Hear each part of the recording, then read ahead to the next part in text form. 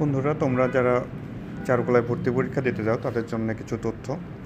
যারা ভর্তি পরীক্ষা দিবে তাদের শিক্ষাগত যোগ্যতা হিসেবে এসএসসি এবং ইন্টারমিডিয়েটে ন্যূনতম 3 পয়েন্ট সহকারে দুটো মিলে 6 পয়েন্ট লাগবে এবং এবং এই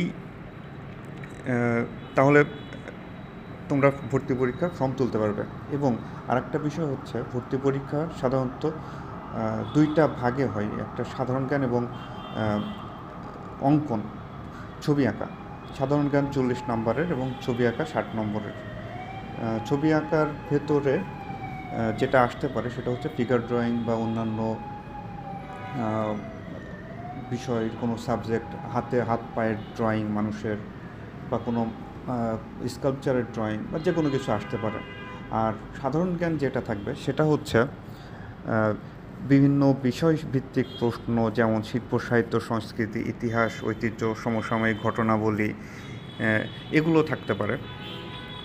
এবং আরেকটা বিষয় যেটা আমাদের পরীক্ষার ক্ষেত্রে বেশিরভাগ ক্ষেত্রে হিউম্যান ফিগার ড্রয়িংটা বেশি দিতে দেখা যায়। এটাই আসবে এমন কিন্তু না, কিন্তু হিউম্যান ফিগার ড্রয়িংটা বেশি দিতে দেখা যায়।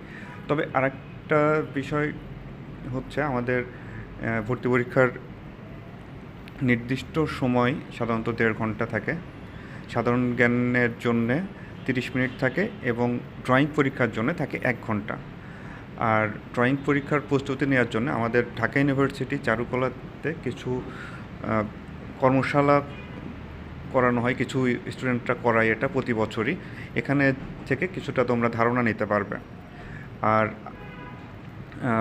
এখান থেকে অনেকেই চান্স পায়, মেজরিটি চান্স পায়। ঢাকা ইউনিভার্সিটিতে না হলেও জাহাঙ্গীরনগর, চট্টগ্রাম সব জায়গাতে চান্স